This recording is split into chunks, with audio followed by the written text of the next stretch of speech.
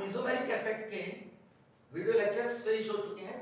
आप उनको चाहें तो पीछे जाकर के सारे मेसोमेरिक इफेक्ट के वीडियो लेक्चर्स को आप विजिट कर सकते हैं और आपको रिवाइज करना चाहिए क्योंकि उसमें से क्वेश्चंस बहुत आते हैं। आज मैं जो शुरू कर रहा हूं नेक्स्ट टॉपिक है दैट इज हाइपर कॉन्जुगेशन। तो हाइपर कॉन्जुगेशन क्या होता है और कहां पर इसे यूज करते हैं, ये सारी बातें हम लोग करेंगे। हाइपर कॉन्जुगेशन मतलब जबरदस्त वाला कॉन्जुगेशन। भाई मेसोमेरिक इफेक्ट हमने पढ़ा था, उसमें भी कॉन्जुगेशन था। तो वहां पर कॉन्जुगेशन किस चीज का था? वहां पर कॉन्जुगेशन था पाई इलेक्ट्रॉन्स का। तो पाई इलेक्ट्रॉन्स का कॉन्जुगेशन वहां पर था। यहां पर देखिए किस चीज का कॉन्जुगेशन है, ध्यान से देखिए। हम कब इस इफेक्ट को देखेंगे, यानी वो कौन सा स्ट्रक्चर होगा, वो ऑर्गेनिक मॉलिक्यूल का कौन सा हिस्सा होगा जिसको देख करके आप ये पहचानेंगे इसमें हाइपर कॉन्जुगेशन। देखिए जब ऐसा आप देखें, ये H लगा हुआ है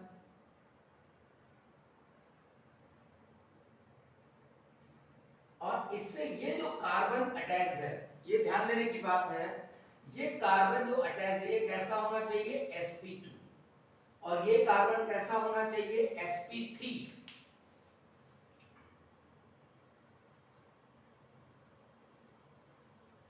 ठीक है, अब ये sp2 कार्बन है। अब यहाँ sp2 ये कुछ भी हो सकता है, ये कार्बोनियम आयन हो सकता है, ये कीन हो सकता है, ये कार्बोनिल ग्रुप हो सकता है। मतलब कहने का देखिए ये ऐसा हो सकता है, इधर इधर इधर देखिए, देखिए ये यहां पर H लगा हुआ है, ये कार्बोनियम आयन हो सकता है, ये आपका एल्कीन हो सकता है,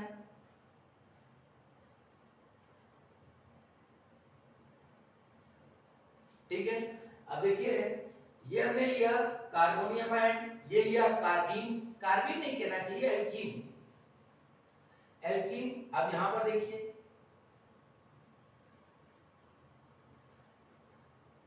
कार्बोनिल ग्रुप, ये कार्बोनिल ग्रुप लिया और ये लिया मैंने कार्बन फ्री रेडिकल। तो ये जो है दिस इज कार्बोनियम आयन,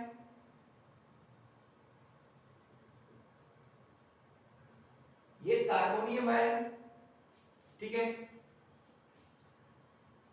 ये एल्कीन, ये यहां पर कार्बोनिल ग्रुप,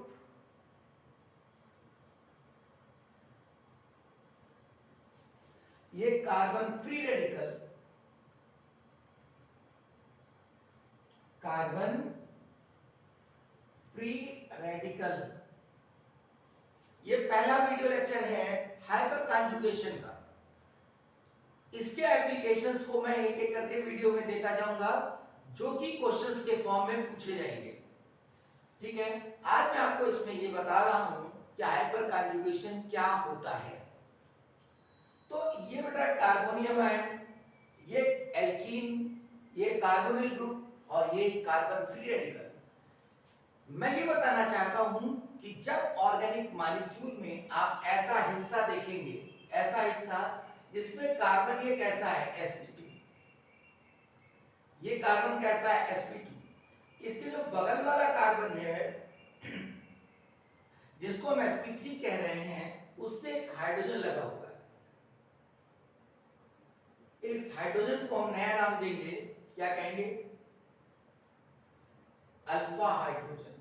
क्यों कहेंगे अल्फा हाइड्रोजन? क्योंकि ये जिस कार्बन से जुड़ा हुआ है इसको हम कहते हैं alpha carbon. This is alpha carbon. यानी मैं बताना चाहता हूं कि ये जो कार्बन है ये sp2 हाइब्रिडाइज कार्बन है, उसके बगल में जो कार्बन है उसको हम क्या कहेंगे? Alpha carbon. और उस कार्बन से जो हाइड्रोजन लगा है दैट इज अल्फा हाइड्रोजन, ठीक है। अब इस बात को चेक किया जाए, क्या इन चारों में ऐसा है? देखिए देखो यहां पर ये कार्बोनियम आयन है, स्पेसिफिक कार्बन, इसके बगल वाले कार्बन को क्या कहेंगे, अल्फा कार्बन। यानी इसका मतलब इस कार्बन से जो लगा हुआ हाइड्रोजन है उसको हम क्या कहेंगे, अल्फा हाइड्रोजन। ठीक ऐसे ही फिर देखिए यहां पर ये sp2 है,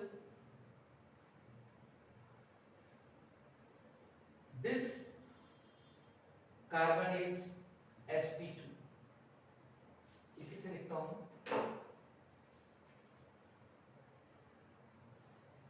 दिस कार्बन इज sp2। जो कार्बोनियम आयन होता है वो कैसा होता है, sp2 कार्बन। तो उस sp2 कार्बन के बगल में जो कार्बन है उसको अल्फा कार्बन कहते हैं, उससे जो लगा हुआ हाइड्रोजन उसे अल्फा हाइड्रोजन कहते हैं। फिर यहां देखिए ये sp2 कार्बन, इसके जो बगल में कार्बन उसको हम अल्फा कार्बन कह रहे हैं, तो ये जो कहलाएगा इसको क्या कहेंगे, अल्फा हाइड्रोजन। ठीक है, फिर ऐसे ही बिल्कुल सेम ऐसे ही देखिए यहां पर इस कार्बन को क्या कहेंगे, इस कार्बन को कहेंगे हम sp2 कार्बन। जैसे यहां पर ये sp2 था, ये sp2, इसके बगल वाला carbon alpha carbon, alpha hydrogen. वैसे ये कार्बन कैसा है, sp2 कार्बन, इसके बगल में अल्फा कार्बन, इसको कहेंगे अल्फा हाइड्रोजन। अगेन ये कैसा है बेटा, ये sp2 कार्बन, इसके बगल में जो कार्बन है उसको हम कहेंगे अल्फा कार्बन, और ये लगा हुआ हाइड्रोजन अल्फा हाइड्रोजन। फिर देखिए यहां पर ये फ्री रेडिकल, इसको भी क्या कहेंगे, इसको हम कहेंगे sp2, sp2 कार्बन है और ये alpha carbon, this is alpha hydrogen. अब आप ध्यान से देखिए ये स्ट्रक्चर हमें सब में मिल रहा है। यानी कार्बोनियम आयन की बात करें तो यहां पर sp2 कार्बन है, sp2 के बगल में जो कार्बन है उसे हम अल्फा कार्बन कहेंगे, उससे जो लगा हुआ हाइड्रोजन है उसे अल्फा हाइड्रोजन कहेंगे। ठीक वैसे एल्कीन में ये कार्बन sp2, इसके बगल में जो कार्बन है वो अल्फा कार्बन, उससे लगा हुआ हाइड्रोजन अल्फा हाइड्रोजन। यहां पर कार्बोनिल ग्रुप है, this is carbonyl group. Carbonyl group का जो कार्बन होता है वो क्या कहलाता है, sp2 कार्बन। तो sp2 कार्बन के बगल में जो कार्बन लगा हुआ है वो अल्फा कार्बन, उससे लगा हुआ hydrogen alpha hydrogen. Again carbon free radical भी sp2 है, इसके बगल में कार्बन अल्फा कार्बन है और उससे लगा हुआ हाइड्रोजन अल्फा हाइड्रोजन। ठीक है, चलिए यानी ये बात हमको दिखाई दे गई कि अगर हमें ये देखना है कि इसमें हाइपर कॉन्जुगेशन है कि नहीं, तो सबसे पहले हमें ये देखना पड़ेगा ये स्ट्रक्चर मॉलिक्यूल में है कि नहीं। अब अगर ये स्ट्रक्चर है तो यहां पर हाइपर कॉन्जुगेशन होगा। देखिए कैसे, क्या होता है हाइपर कॉन्जुगेशन, उसके बारे में बात करते हैं, उसका इफेक्ट क्या होता है। मैं इसका ऑर्बिटल डायग्राम बना रहा हूं, इसको देखिए ध्यान से। ये कार्बन, सपोज करिए इस पर कुछ लगा हुआ है, ये हाइड्रोजन हुआ, ये कार्बन, ये कार्बन, ये इस पर वैकेंट ऑर्बिटल। मैं तमाम सारे वीडियो लेक्चर में आपको कई बार ये बता चुका हूं कि पाई ऑर्बिटल क्या होता है। Pi orbital is the orbital which is perpendicular to the plane. तो यहां पर ये जो sp2 कार्बन है उस पर ये वैकेंट ऑर्बिटल है परपेंडिकुलर टू द प्लेन। अब यहां पर देखिए, ठीक वैसे ही ये sp3 कार्बन, यहां भी sp3 कार्बन। अब यहां पर देखिए ये कार्बन कैसा है, sp2, ये भी sp2।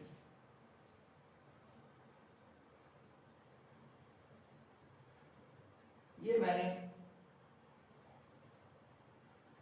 अब देखिए जो पाई बॉन्ड है यहां पर, ये पाई बॉन्ड जो बना हुआ है उसके मैं ऑर्बिटल्स को ऐसे दिखा सकता हूं, ये pi orbital perpendicular to the plane.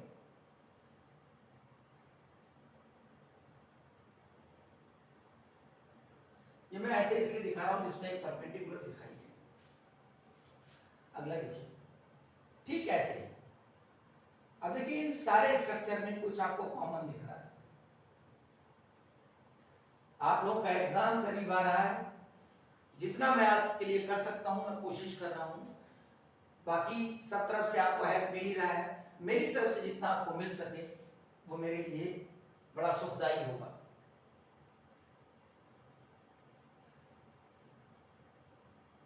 अब यहां पर ये पाई ऑर्बिटल जो है कार्बोनिल ग्रुप में, इसको अगर मैं दिखाना चाहूं तो ये जो पाई है, जो इलेक्ट्रॉन क्लाउड है, तो ये ऑक्सीजन की तरफ ज्यादा होता है।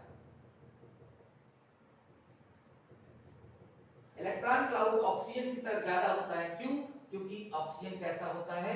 इलेक्ट्रोनेगेटिव। ऑक्सीजन इलेक्ट्रोनेगेटिव है तो cloud is shifted towards oxygen, इधर की तरफ ज्यादा, यानी माइनस, और ये स्लाइटली पॉजिटिव। अगला देखिए इसमें,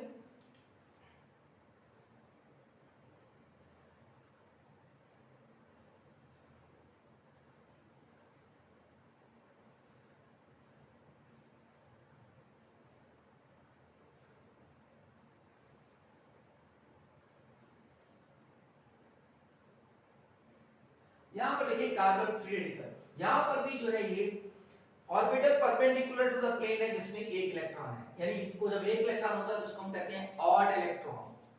एक इलेक्ट्रॉन होता है तो हम कहते हैं ऑड इलेक्ट्रॉन। चलिए, यानी ये ऑर्बिटल डायग्राम है, जरा इनको देखिए ध्यान से, जो मैंने बताया आपको।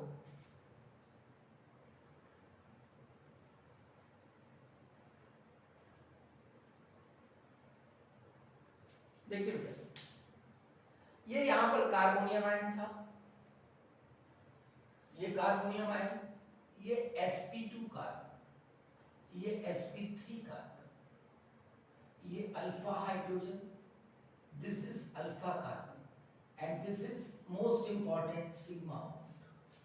ये बहुत इंपॉर्टेंट सिग्मा बॉन्ड। फिर यहां पर वैसे alpha carbon, alpha hydrogen, and this is sigma bond. Again alpha carbon, alpha hydrogen, and this is sigma bond. ये जो सिग्मा बॉन्ड मैं मार्क कर रहा हूं, ये बहुत इंपॉर्टेंट है। आईआईटी ने कई बार इसको पूछा है ऑब्जेक्टिव क्वेश्चंस में। Alpha hydrogen, alpha carbon, again ये सिग्मा बॉन्ड। अब देखिए यहां पर ये जो सिग्मा बॉन्ड है, इसमें भी है सिग्मा बॉन्ड, किसके बीच में? अल्फा कार्बन अल्फा हाइड्रोजन के बीच में। अल्फा कार्बन और अल्फा हाइड्रोजन के बीच में जो सिग्मा बॉन्ड प्रेजेंट है, अल्फा कार्बन अल्फा हाइड्रोजन के बीच में sigma bond, alpha carbon alpha hydrogen के बीच में सिग्मा बॉन्ड, अल्फा कार्बन और अल्फा हाइड्रोजन के बीच में सिग्मा बॉन्ड। यानी एक ये कॉमन चीज हुई। दूसरी, बगल वाला कार्बन sp2 है, उस पर क्या है? देखिए ये सिग्मा बॉन्ड और ये हुआ पाई ऑर्बिटल। एक कार्बन पर सिग्मा बॉन्ड अल्फा हाइड्रोजन के साथ और बगल वाले कार्बन पर पाई ऑर्बिटल। सिग्मा बॉन्ड यहां पर पाई ऑर्बिटल, बगल वाले कार्बन पर पाई ऑर्बिटल, बगल वाले कार्बन पर पाई ऑर्बिटल, बगल वाले कार्बन पर पाई ऑर्बिटल। ये कॉमन बात है।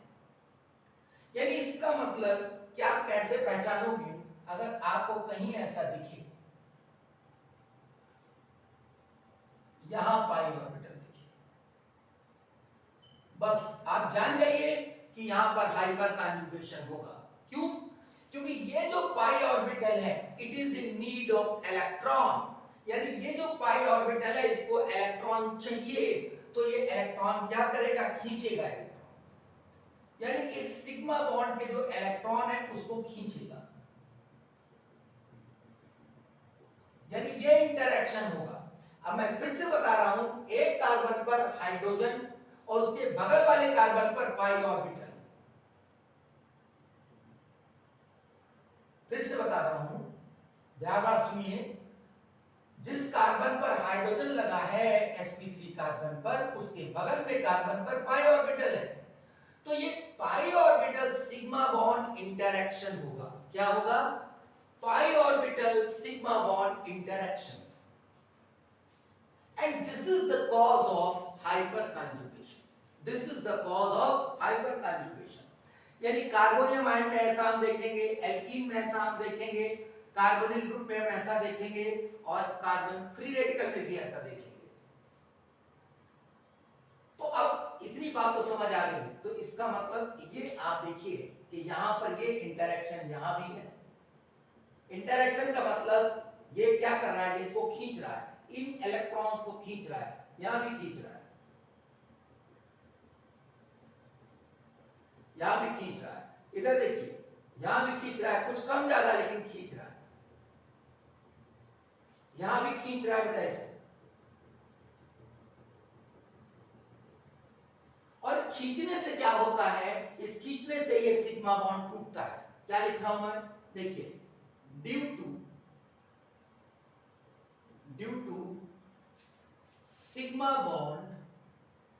sigma bond that is present in between, sigma bond के लिए लिख रहा हूं present in between alpha carbon and alpha hydrogen.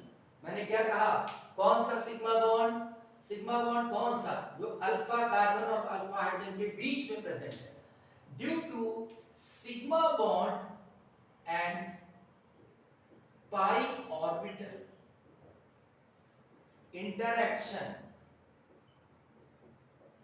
due to sigma bond and pi orbital interaction, alpha hydrogen, sigma bond is weakened, कमजोर हो जाता है। जो सिग्मा बॉन्ड है, इस इंटरेक्शन की वजह से ये बॉन्ड कमजोर हो जाता है एंड ब्रोकन टूट जाता है। Alpha hydrogen is delocalized due to this interaction।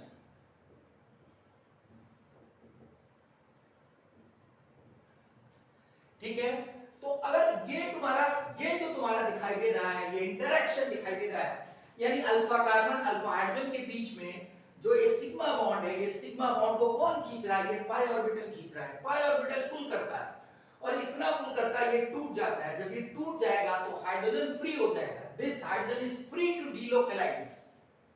अब क्या हुआ, अगर ये अल्फा हाइड्रोजन डिलोकलाइज करने लगता है due to this interaction, this concept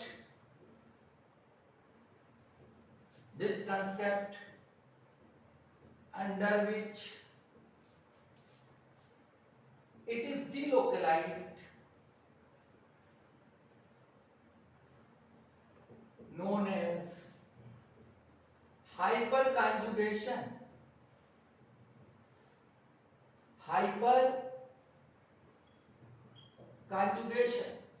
यानी इसी को हम कहते हैं हाइपर कॉन्जुगेशन। अब क्या होगा, यानी इसका मतलब इस इंटरेक्शन की वजह से अल्फा हाइड्रोजन डिलोकलाइज करने लगेगा, घूमने लगेगा। और मैंने बार बार बताया, जब कोई चीज डिलोकलाइज करती है, घूमती है इधर उधर, तो क्या करती है, अपनी एनर्जी को लूज करती है।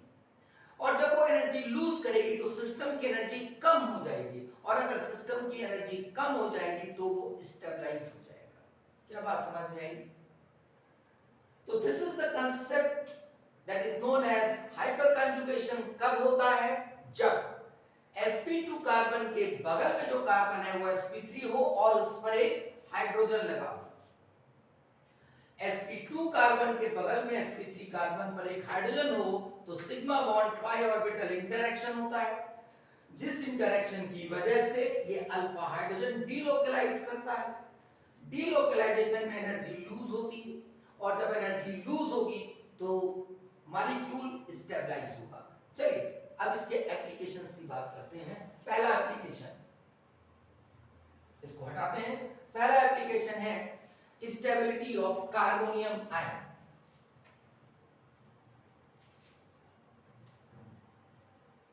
देखिए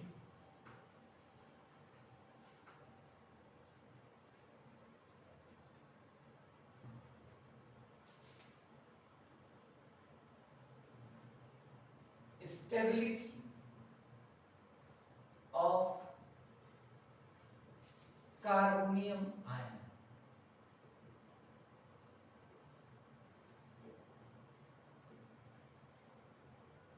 मैं स्ट्रक्चर लिख रहा हूं, उनको ध्यान से देखिए।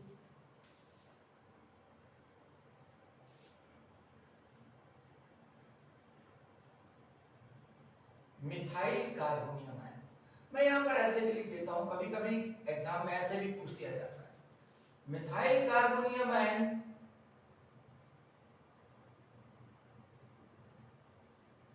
ethyl carbonium ion, this is ethyl, we can write like this, ethyl carbonium ion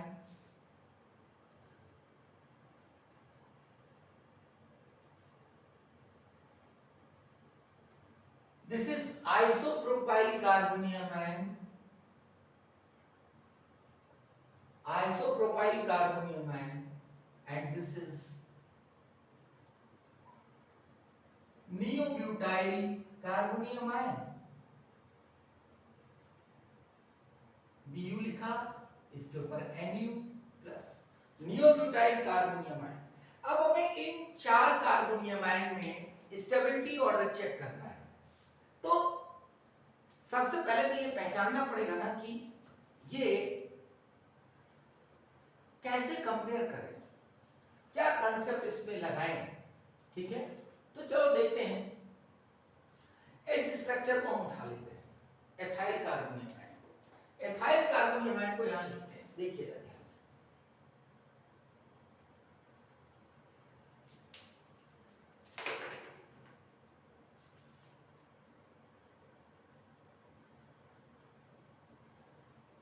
बहुत ध्यान से देखिए, इसमें मैं आपको सिखाता हूं थोड़ा कुछ एक्स्ट्रा भी। This is ethyl carbonium ion, ये एथाइल कार्बोनियम आयन है। मेरा बेटा, मेरा बच्चा, मेरा लाल, देखो बेटा क्या है कि यहां पर ये कार्बन कैसा है, sp2, और ये कैसा है, ये है sp3।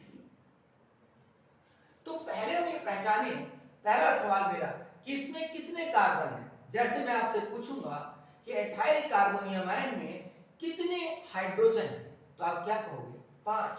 देखिए 1 2 3 4 5, पहला क्वेश्चन कितने हाइड्रोजन। दूसरा question number of alpha hydrogen atom.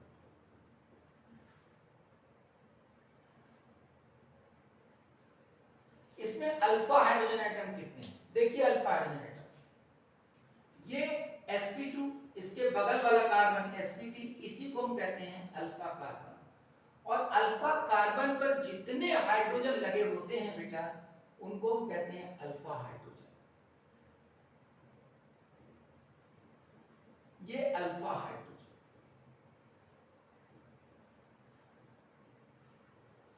तो इसमें कितने अल्फा हाइड्रोजन एटम हुए, 3। There are 3 alpha hydrogen atoms. अब देखिए, सबसे पहला काम ये कर लिया जाए कि सब में हम ये लिख लें कि कितने अल्फा हाइड्रोजन एटम हैं।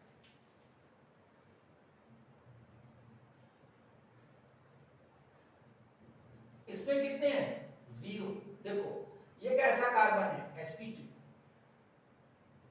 इसके बगल में कार्बन नहीं है, तो जब अल्फा कार्बन इसमें है ही नहीं तो अल्फा हाइड्रोजन कहां होगा, तो 0। यहां पर देखिए ये sp2, this is alpha carbon, तो इसमें 3 हुए अल्फा, 1 2 3। यहां पे आइए,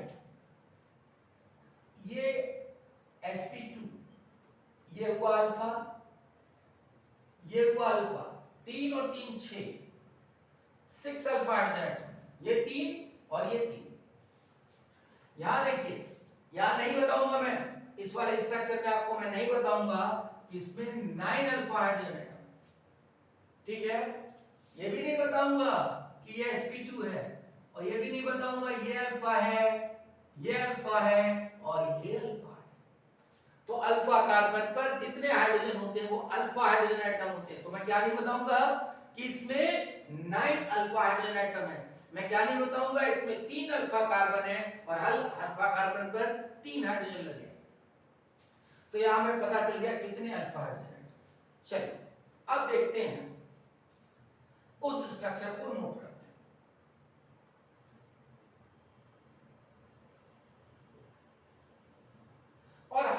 कंजुगेशन देखा जाए किस तरह लगता है।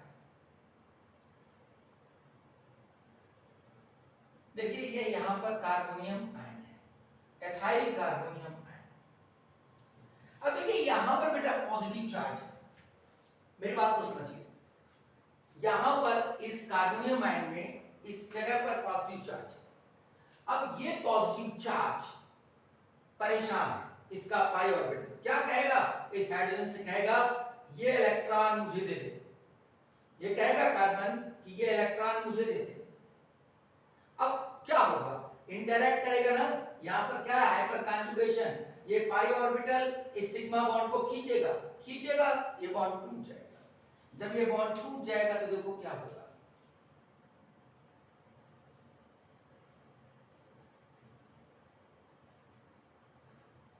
देखना ध्यान से, देखो क्या हुआ, इस कार्बन ने इसके इलेक्ट्रॉन को खींच लिया। जब खींच लिया, इसके पास एक ही इलेक्ट्रॉन होता है, जब एक इलेक्ट्रॉन खींच लिया तो कैसा हुआ, ये H प्लस हो गया, यानी यहां पर ये प्रोटॉन खड़ा हो गया। अब सोचिए इस बात को, ये प्रोटॉन है, ये तीनों एक जैसे हैं, तीनों दोस्त हैं। अब तीनों दोस्त क्या देख रहे हैं, ये दो दोस्त क्या देख रहे हैं, इसकी परेशान हालत है, ये परेशान है बेचारा, इसके ऊपर पॉजिटिव चार्ज रखा हुआ है, तो क्या करेगा, तुरंत इसको सहारा देगा।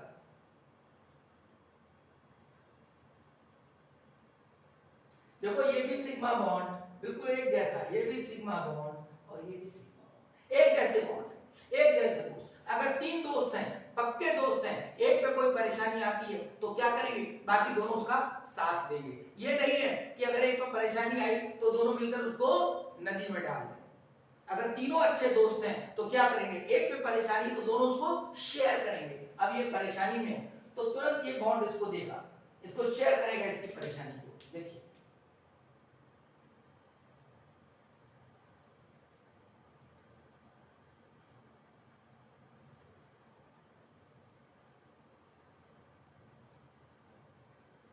ऐसा हो।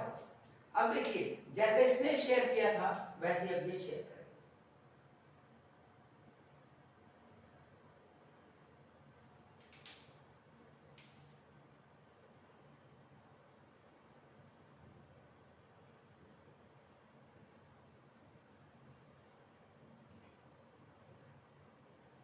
नहीं नहीं, आप ये बात समझ लीजिए, यही तीनों एक दूसरे की परेशानी शेयर करेंगे, ये दोनों नहीं करेंगे, क्योंकि ये अल्फा हाइड्रोजन एटम नहीं है, इसमें ये तीन एक जैसे हैं, ये दोनों नहीं, यही तीन अल्फा हाइड्रोजन हैं। तो ये क्या करेंगे, ये तीनों आपस में शेयर करेंगे। अब ध्यान से देखिए, इसने क्या किया, देखो इधर ध्यान से, इधर इधर देखो बेटा, इसने क्या किया, खो बोला। खो खो खेला कभी, खो खो खेल खेला है ना, अरे तमाम खेला हुआ है यार बचपने में, खो खो गेम खेलते हैं। इसने बोला खो, यहाँ पर H प्लस आ गया, फिर इसने बोला खो, यहाँ H प्लस आ गया, फिर इसने बोला खो, यहाँ H प्लस आ गया। यानी ये खो खो कांसेप्ट है, जितना ज्यादा खो खो होगा उतने ज्यादा डीलोकलाइज स्ट्रक्चर बनेंगे। ये क्या है, डीलोकलाइज स्ट्रक्चर, यानी ये हाइपर कॉन्जुगेटेड स्ट्रक्चर है, हाइपर कॉन्जुगेटेड स्ट्रक्चर्स। ये हाइपर कॉन्जुगेटेड स्ट्रक्चर्स हैं। अब देखिए बेटा, जितने ज्यादा हाइपर कॉन्जुगेटेड स्ट्रक्चर होंगे, देखिए बेटा मैं लिख रहा हूं, मैं क्या कहना चाहता हूं, मैं कहना चाहता हूं बेटा, जितने ज्यादा अल्फा हाइड्रोजन उतने ज्यादा नंबर ऑफ यानी उसके बराबर ही कह सकते हो, number of hyper conjugated structure, hyper conjugated structure, और उतनी ज्यादा स्टेबिलिटी और उतनी कम पोटेंशियल एनर्जी। यानी कहने का मतलब ये हुआ, अल्फा हाइड्रोजन जितने ज्यादा, क्या, अल्फा हाइड्रोजन एटम जितने ज्यादा उतने ज्यादा number of hyper conjugated structure, उतना ज्यादा स्टेबिलिटी, उतनी कम पोटेंशियल एनर्जी, ये लिखा है। अब आपको पता चल गया, यहाँ 0 अल्फा हाइड्रोजन एटम, यहाँ 3 या 6 और या 9, इसका मतलब स्टेबिलिटी ऑर्डर क्या होगा, स्टेबिलिटी बढ़ती जाएगी।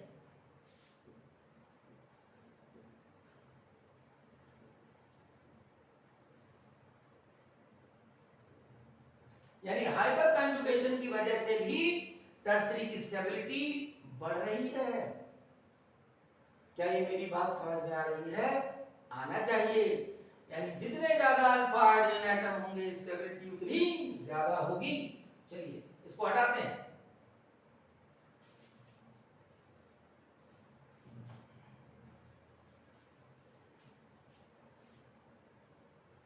देखिए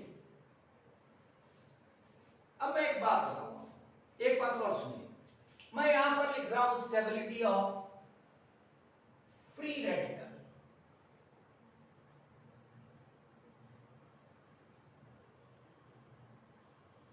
फ्री रेडिकल किसे कहते हैं? फ्री रेडिकल कहते हैं जब इसको हटा के हम एक इलेक्ट्रॉन बना दें।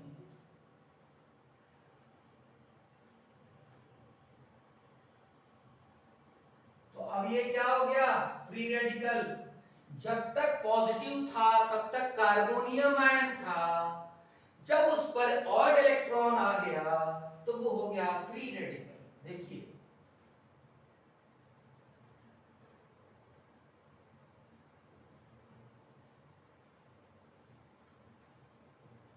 ये कार्बन, इन पर हाइड्रोजन लगा दिया बेटा, सुनना ध्यान से। ये फ्री रेडिकल है यानी इस पर ऑड इलेक्ट्रॉन, ये भी हाइड्रोजन लगे हुए हैं, और ये एथाइल फ्री रेडिकल हुआ। इसको क्या कहेंगे हम?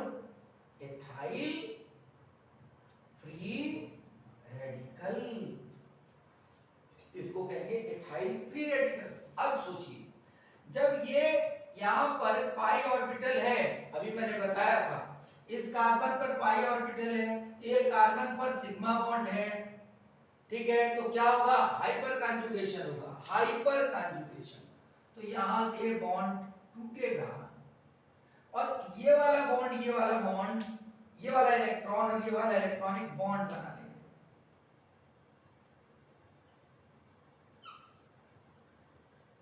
देखो बेटा ध्यान से, ये फ्री हो गया, ये बॉन्ड बना लिया। अब देखिए जब बिल्कुल वैसे जैसे कार्बोनियम आयन में था, अब क्या करेगा? अब दूसरा वाला हाइड्रोजन ये हेल्प करेगा, क्योंकि एक ही जैसे हैं तो हेल्प करेंगे, ठीक है। यानी इसका मतलब ये हुआ कि अगले में ये बॉन्ड बना लेगा और ये फ्री हो जाएगा। हेल्प कर रहे हैं, एक दूसरे की हेल्प कर रहे हैं, यानी हाइड्रोजन डीलोकलाइज कर रहा है, हाइड्रोजन डीलोकलाइज कर रहा है।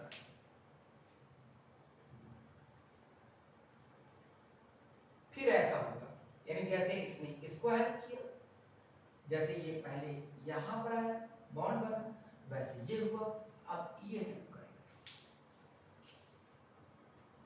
बिल्कुल बेटा एक जैसा, इसीलिए मैंने एक में इसको एक्सप्लेन कर दिया। दिस इज अगेन, यहां पर ये hyper conjugated structure, hyper conjugated structures. ठीक यहां पर वही स्टेबिलिटी ऑर्डर होगा जैसा पहले था।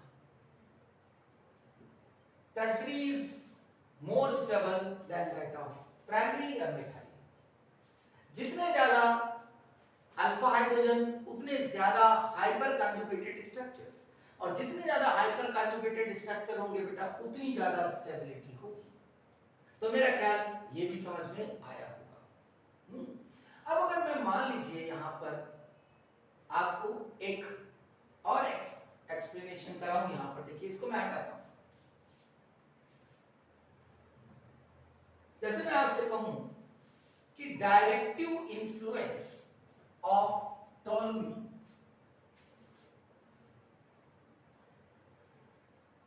देखिए डायरेक्टिव इन्फ्लुएंस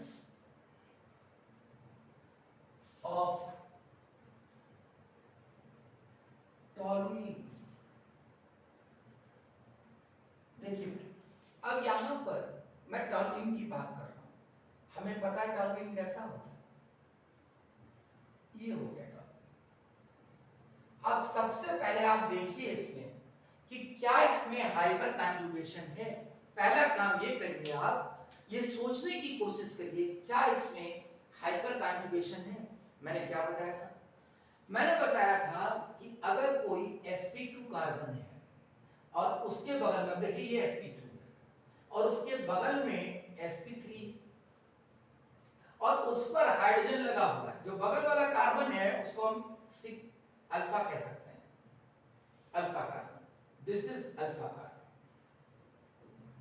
ये कार्बन, ये जो बेंजीन से लगा हुआ कार्बन है इसको हम बेंजाइलिक कार्बन कहते हैं।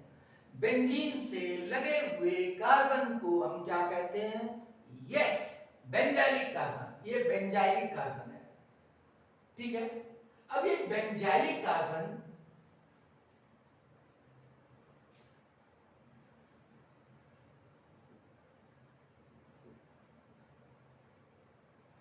जो बेंजीन से डायरेक्टली लगा कार्बन होता है उसको हम बेंजाइलिक कार्बन कहते हैं। यहां पर ये बेंजाइलिक कार्बन जो है वही अल्फा कार्बन है। तो ठीक है, अब इसको हटा देते हैं, आप समझ गए इस बात को। तो अब ये अल्फा कार्बन, तो अल्फा कार्बन पर जो हाइड्रोजन लगा उसको क्या कहेंगे? Alpha hydrogen. अब जरा देखिए, ये रहा सिग्मा बॉन्ड जो कि अल्फा कार्बन और अल्फा हाइड्रोजन के बीच में है और वो sp2 कार्बन के एडजेसेंट है, यानी ऐसा कर सकते हैं। अब बड़ा बड़ा बना के मैं आपको समझा देता हूं, इतनी बात समझ गए। ये sp2 है, ये आपका स्ट्रक्चर बना हुआ है, ठीक है। अब देखिए आप, ये सिग्मा और यहां pi orbital ready to hyperconjugate, यानी यहां पर ये हाइपर कॉन्जुगेशन शुरू हो जाएगा। कैसे? देखिए ऐसे,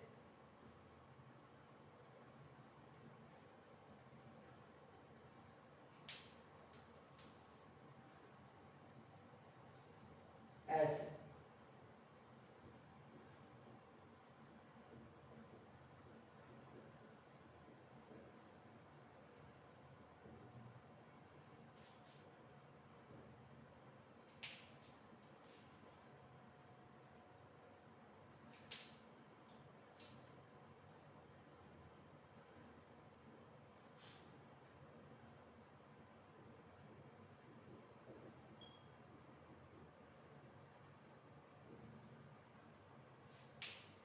अब आपको समझ में आ रहा होगा कि जो टॉलुइन है वो हाइपर कॉन्जुगेशन का फिनोमिना शो करता है और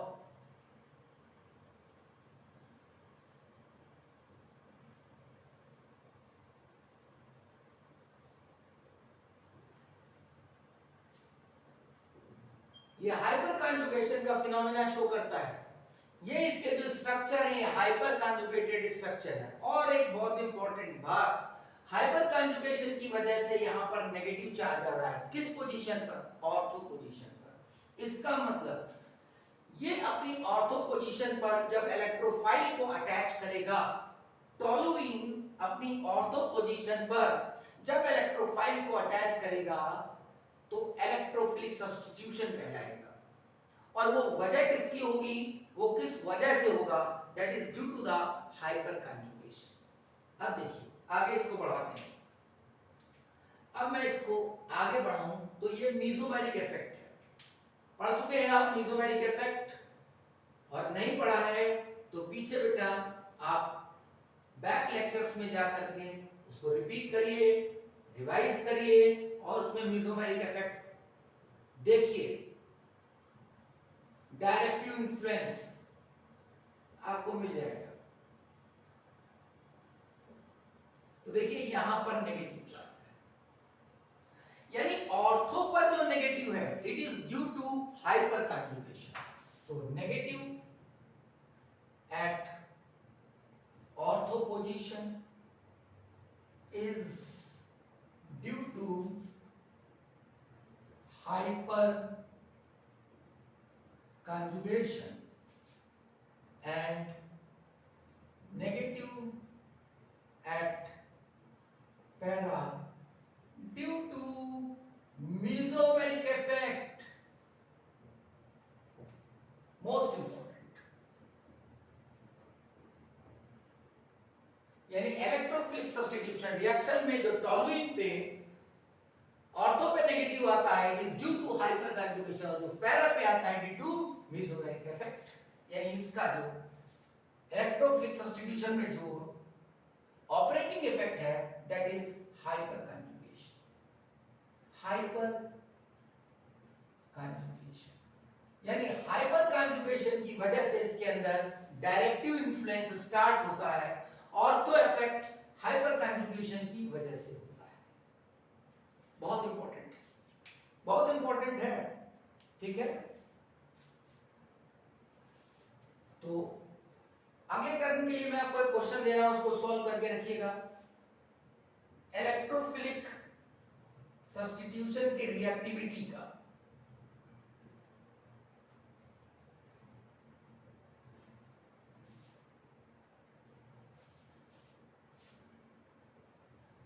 reactivity of electrophilic substitution reaction,